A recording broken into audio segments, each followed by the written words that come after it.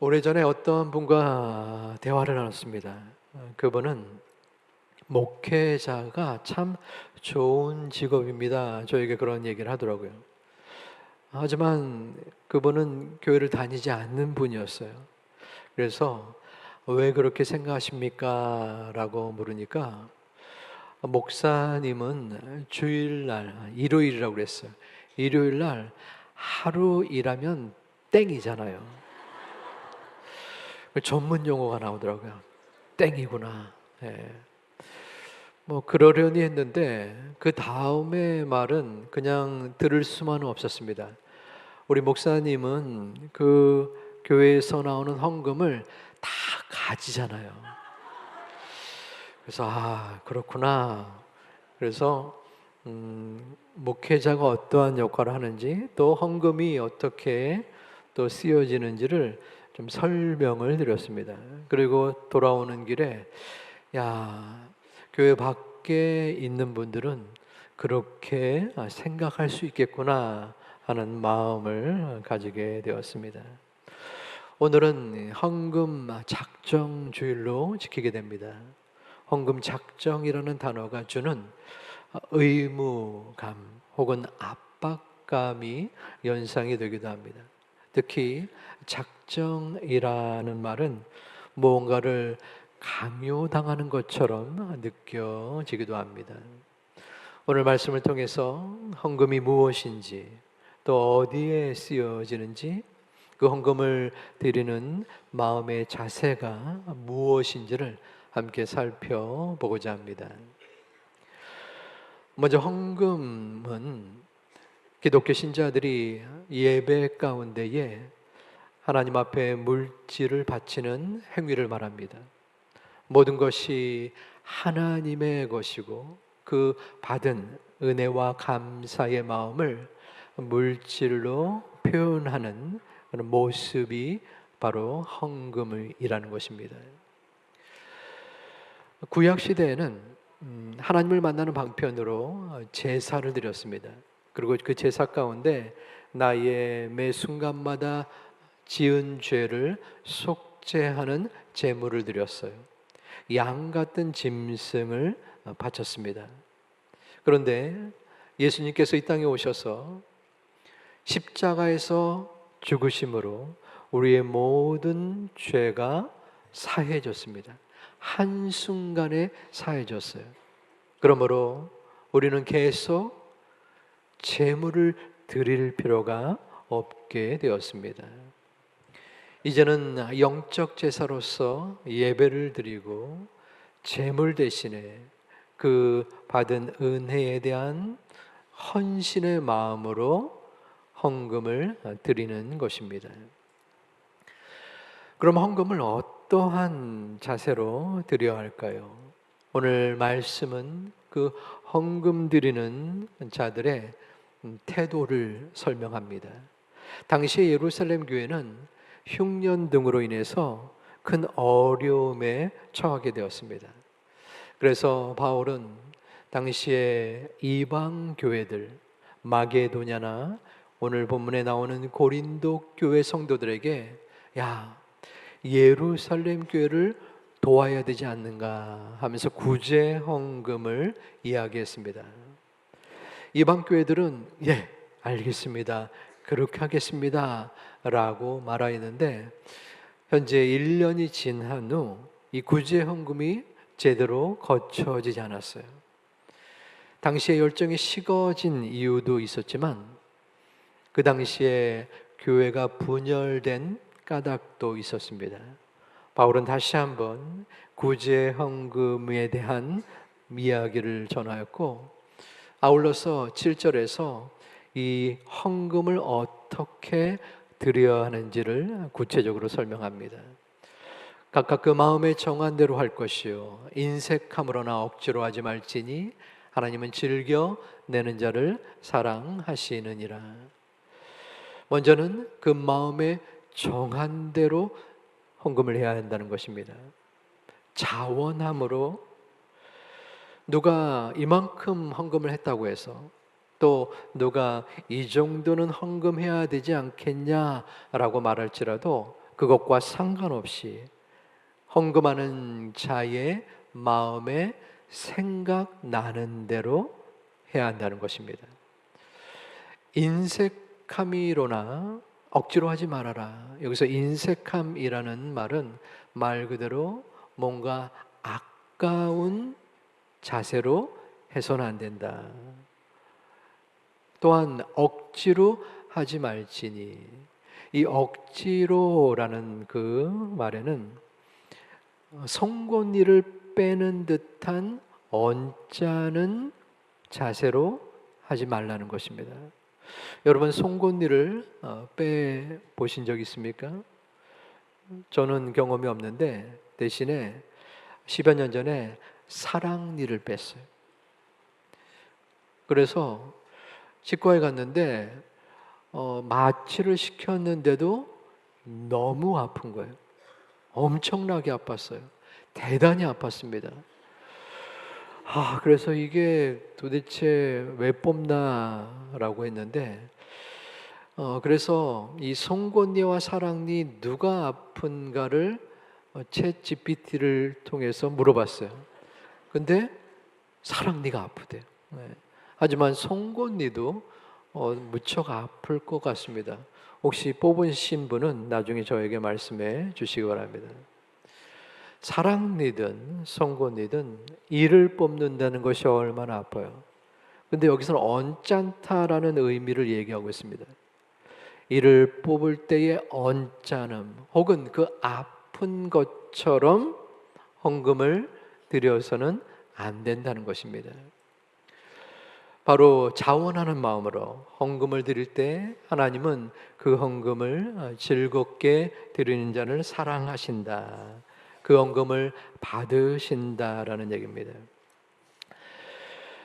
자원함으로 드리는 헌금의 모델을 성경에서 찾는다면 마가복음 12장에 나오는 두 렙돈을 바친 과부일 듯합니다. 이 과부는 자신의 전 재산인 두 렙돈을 바쳤어요. 이 두 렙돈은 지금으로 따지면 1,500원 정도 됩니다. 편의점에 가면은 한 줄 김밥도 2,000원이 넘어요. 삼각 김밥 정도 살 수 있는 돈입니다. 그 돈을 바친 거예요. 하지만 물질의 크고 작음과 더불어서 상관없이 자신의 전 재산을 헌금으로 바친다는 건 결코 쉽지 않습니다. 하지만 이 과부의 마음은 누구의 권유나 강요에 의해서가 아니라 자원함으로 기쁨으로 드렸던 것이 분명합니다. 하나님, 제가 이 물질을 바칩니다. 이것밖에는 없습니다. 그럼에도 이 물질을 드릴 수 있음이 감사드립니다.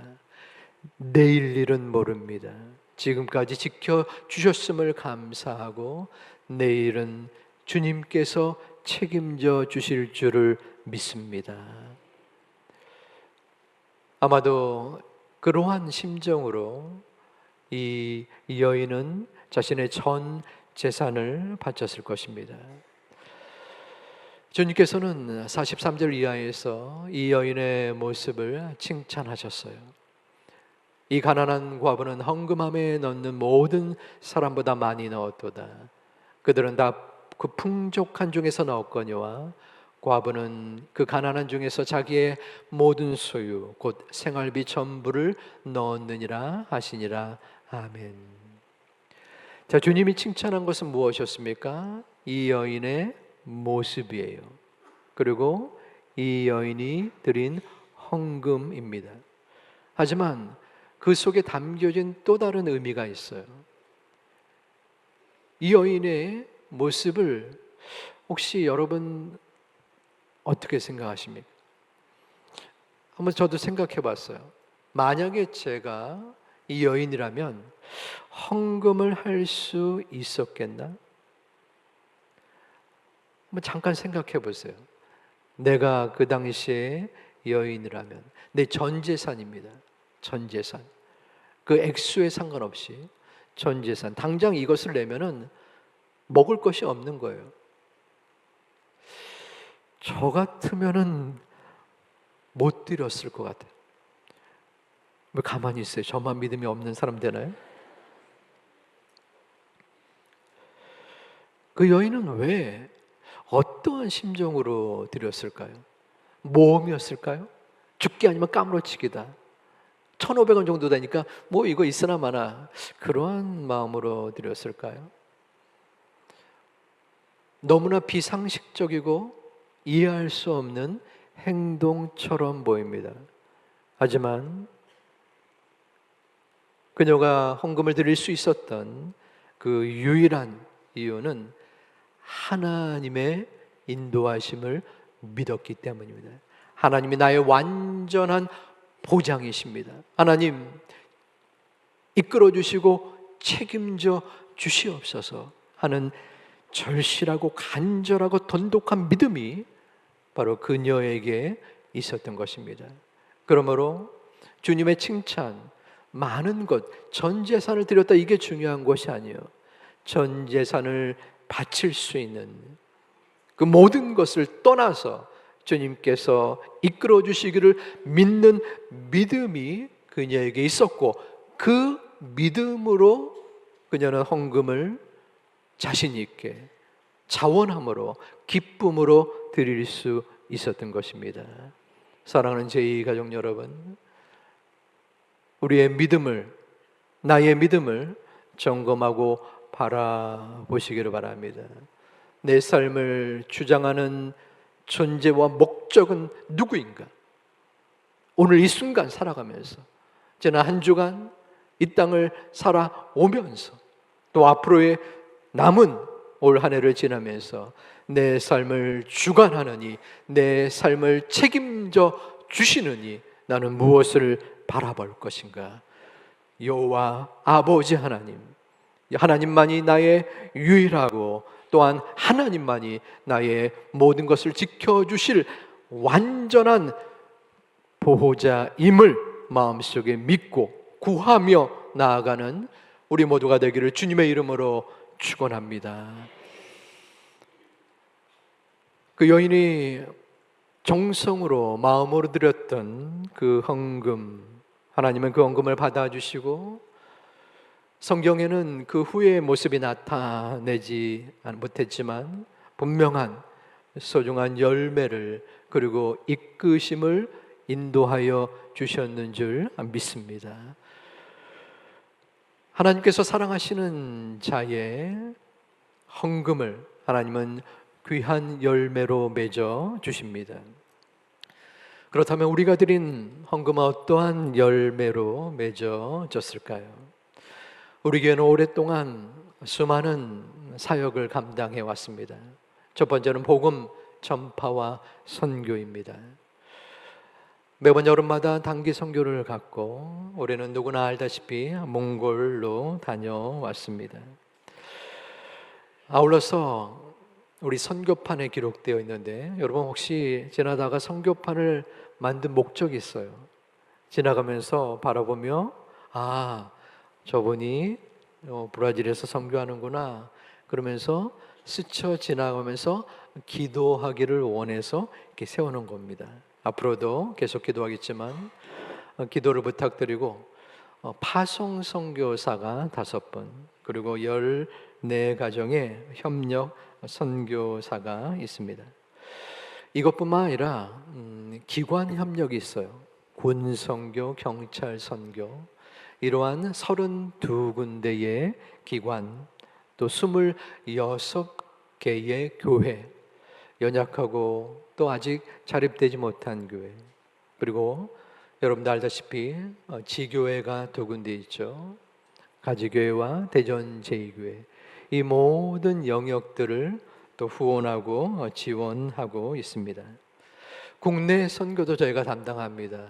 이번 가을에 청년부에서 해남에 국내 선교를 다녀왔고, 또 매해마다 초청장치를 위해서 노력하고 있습니다. 우리 교회에서 또 커피차를 만들어서 우리 지역에 함께 소개하고 또 커피를 제공하면서 소통하며 교회를 소개하고 또 복음을 전파하기도 했습니다. 두 번째의 섬김은 나눔과 또 섬김입니다. 가장 대표적인 우리 나눔으로서 마트가 있는데요.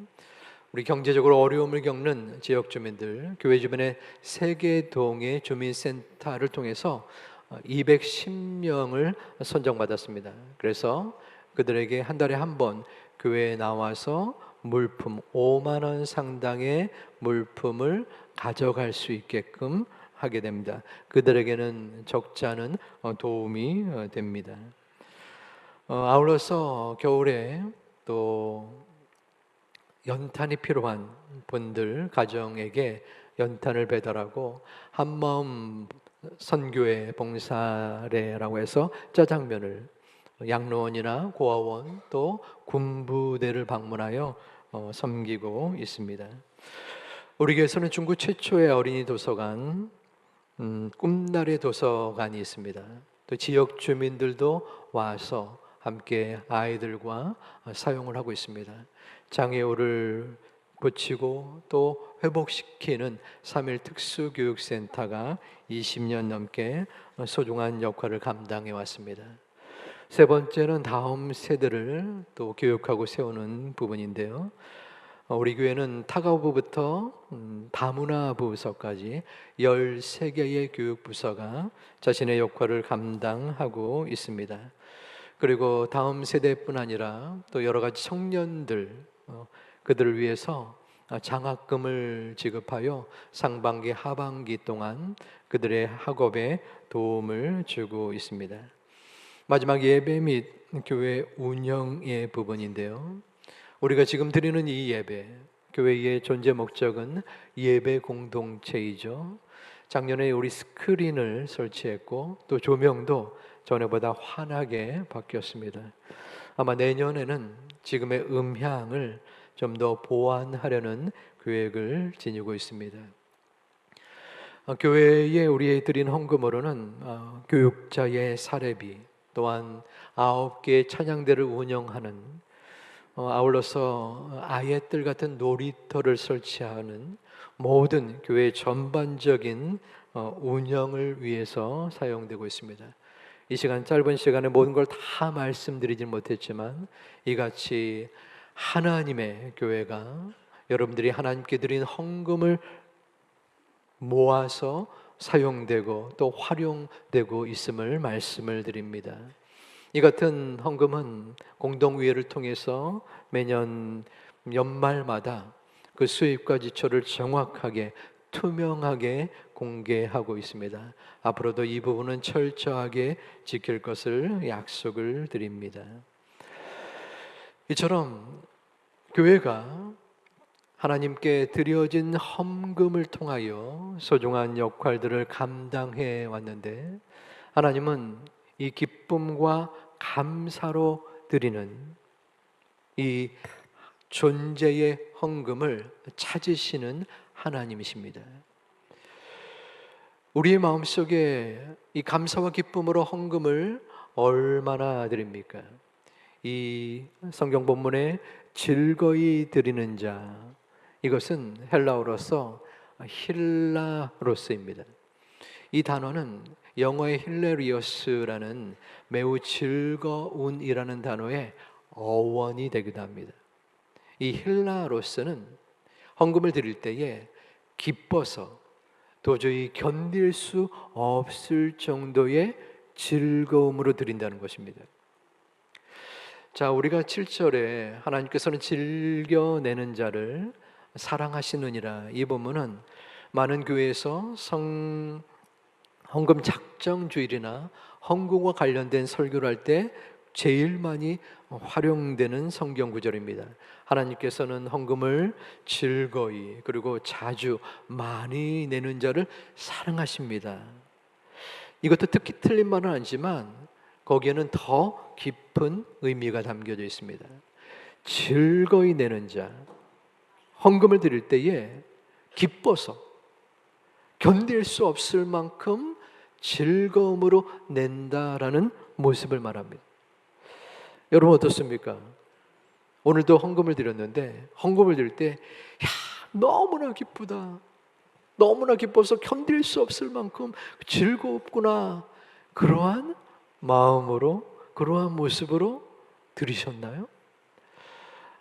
저는 그렇게는 못했던 것 같아요. 저는 저희가 어머님이 21년 전에 또 소천을 하셨습니다. 지금도 생존해 계신다면 80, 그렇게 많지 않은 나이죠. 지금도 어르신들이 이렇게 모여 있는 곳에 또 보면은, 야, 우리 어머님도 살아계셨으면은 저 같은 모임에서 즐겁게 또 재미있게 이야기를 나누셨을 텐데 하는 생각을 갖곤 합니다. 그리고 제가 제일 아쉬운 부분은 우리 어머님께 용돈을 드리지 못했던 거예요. 한 번도 드려보지 못했어요. 왜냐하면 21년 전 그때까지도 제가 공부를 하고 있었어요. 돈을 벌기는커녕 돈을 썼던 입장이었기 때문입니다. 그래서 만약에 우리 어머님이 계시고 그 어머님에게 작지만 제가 용돈을 드릴 수 있었다면 얼마나 좋았을까, 얼마나 기쁠까 하는 생각을 또 갖게 됩니다. 그러면서 이 헌금을 생각해 보았어요. 기뻐서 즐겁게 드릴 수 있는 두 가지의 이유가 있습니다. 그것은 첫 번째는 구원에 대한 감사 때문이에요. 하나님께서 나를 구원해 주신 그 은혜를 생각할 때 감사할 수밖에 없는 것이에요. 그런데 제 마음속에 우리 어머니를 향한 그 용돈은 너무나 기쁜 마음이 드는데 하나님께 헌금을 드리는 마음이 그보다도 훨씬 낮은 거예요. 너무나 죄송스러웠습니다. 이유가 뭘까? 내 마음속에 그 구원의 감사가 희미해진 겁니다. 하나님께 받은 그 구원의 감사 감격이 크다면 그 구원에 대한 응답과 행동으로 헌금을 드릴 때 더더욱 감사하며 또한 기뻐 견딜 수 없는 즐거움이 있었을 텐데 내 마음속에 그 구원의 첫사랑이 식어지고 희미해졌기 때문에 하나님 앞에 드리는 헌금에 대한 모습이 낮아지고 또한 부족해지지 않았나 하는 마음입니다. 여러분들 마음속에 어떻습니까? 여러분들 자녀들이 용돈을 주면은, 용돈을 많이 주면 좋으신가요? 좋죠. 당연히 좋죠. 근데 용돈을 주는 자녀의 마음이 중요합니다.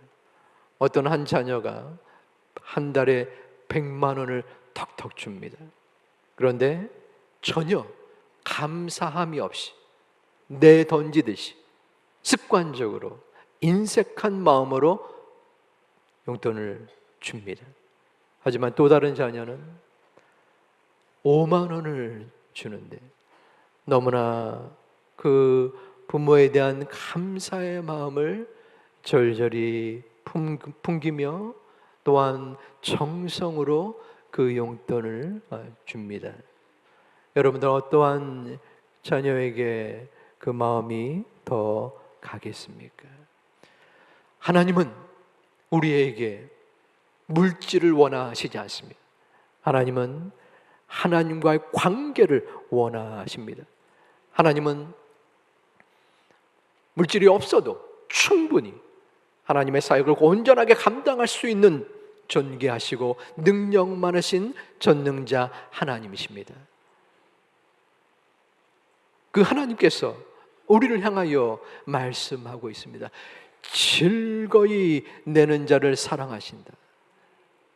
즐겁게 무엇을 낼 수 있습니까? 헌금을 내는 것입니다. 그런데 그 전제가 있습니다. 바로 나를 구원하신 그 구원에 대한 감사가 있을 때에 우리의 모든 노력과 수고가 저절로 따라오는 것입니다. 여론의 그 구원의 의미는, 구원에 대한 감사 감격은 지금 돈독합니까? 아니면 식어져 있습니까? 희미해져 있습니까?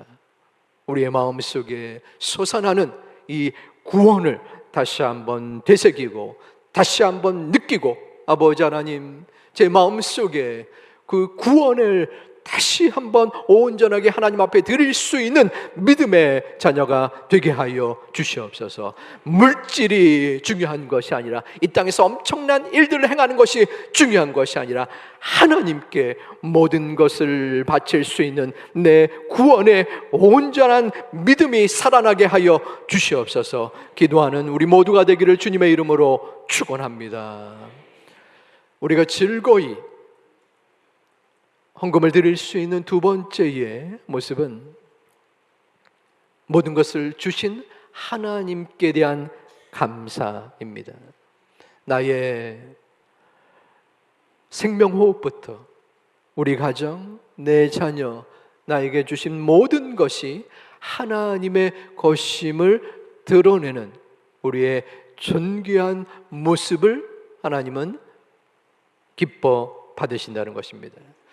하지만 우리의 마음 중심에는 내가 노력해서 내가 수고한 이 모든 것이 바로 나의 소유다 라고 생각하고 있지는 않습니까? 그렇기 때문에 하나님보다 물질을 우선으로 여기고 우리가 드리는 헌금이 조금은 아까운 것으로 여기고 있지는 않습니까? 우리에게는 두 가지 마음이 있습니다. 모든 것이 하나님께로부터 나온 것이고 나는 하나님의 청지기라는 하나님이 바라시는 소중한 마음. 또 하나는 아니야, 내가 애써, 내가 거둔, 내가 이룬 이 물질은 나의 것이고 이것이 없으면 나는 이 세상에서 살아갈 수가 없어 라는 내 자신의 탐욕의 마음. 사단은 우리의 마음을 언제든 공격합니다.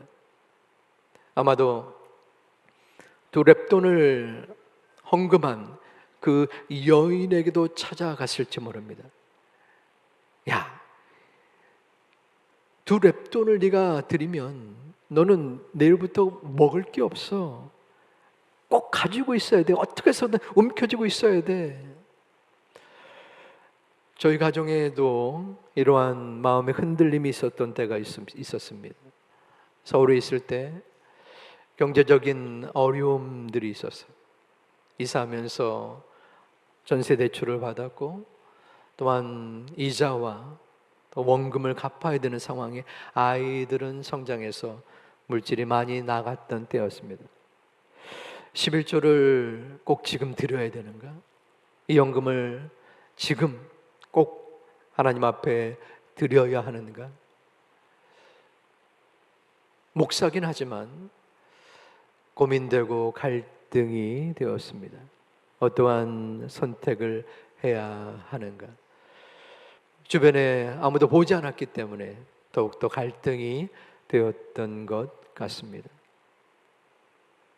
하지만 적은 믿음이지만 하나님께서 원하시는, 물론 헌금을 드릴 때 기뻐서 견딜 수 없는 즐거운 마음으로까지는 드리지 못했지만 하나님 앞에 온전한 믿음의 결심을 가지고 드릴 수 있었습니다. 그리고 그 이후에 하나님께서 어려움과 힘겨움의 상황 속에서도 피할 길과 솟아날 길을 주셨음을 경험하며 감사했던 지난날의 모습이었습니다. 사랑하는 성도 여러분, 우리의 마음속에 무엇을 바라봅니까? 하나님은 우리에게 관계를 요구하십니다. 헌금은 중요한 것이 아니에요. 네가 나를 어떻게 생각하느냐, 내가 나를 의지하느냐. 요한은 나의 목자시니 내가 부족함이 많습니다. 나의 물질도 부족하고, 내 자녀의 모습도 부족하고, 내 직업의 안정성도 부족하고, 내 앞날로 불안정한 부족함이 있습니다. 우리는 여호와 하나님을 나의 목자로 섬기면서도 여전히 부족함을 생각하고 부족함으로 인하여 하나님 앞에 원망하고 있는 우리의 연약함이 있지는 않습니까? 하나님은 우리의 모든 삶의 인생의 목적, 그리고 나에게 주어진 그 어떠한 것도 하나님의 것임을 인정하고 바라보는 믿음, 그 믿음을 우리에게 요구하고 계십니다. 그 믿음은 바로 즐거이 낼 수 있는 헌금의 자연스러운 존재이기도 합니다. 사랑하는 제2 가족 여러분, 다시 한번 말씀드립니다. 하나님이 요구하시고 원하시는 것은 물질이 아닙니다. 그 물질을 드림에 있어서 구원받은 백성으로서의 감사와 감격, 하나님이 모든 것을 나에게 이끌어 주신다는 그 청지기로서의 모습, 소중한 그 마음과 행동을 부여잡고 주님 앞에 나아가며 주님 앞에 온전한 우리의 모습을 보여드릴 수 있는 귀한 제2가족 되시기를 주님의 이름으로 축원합니다. 축복합니다.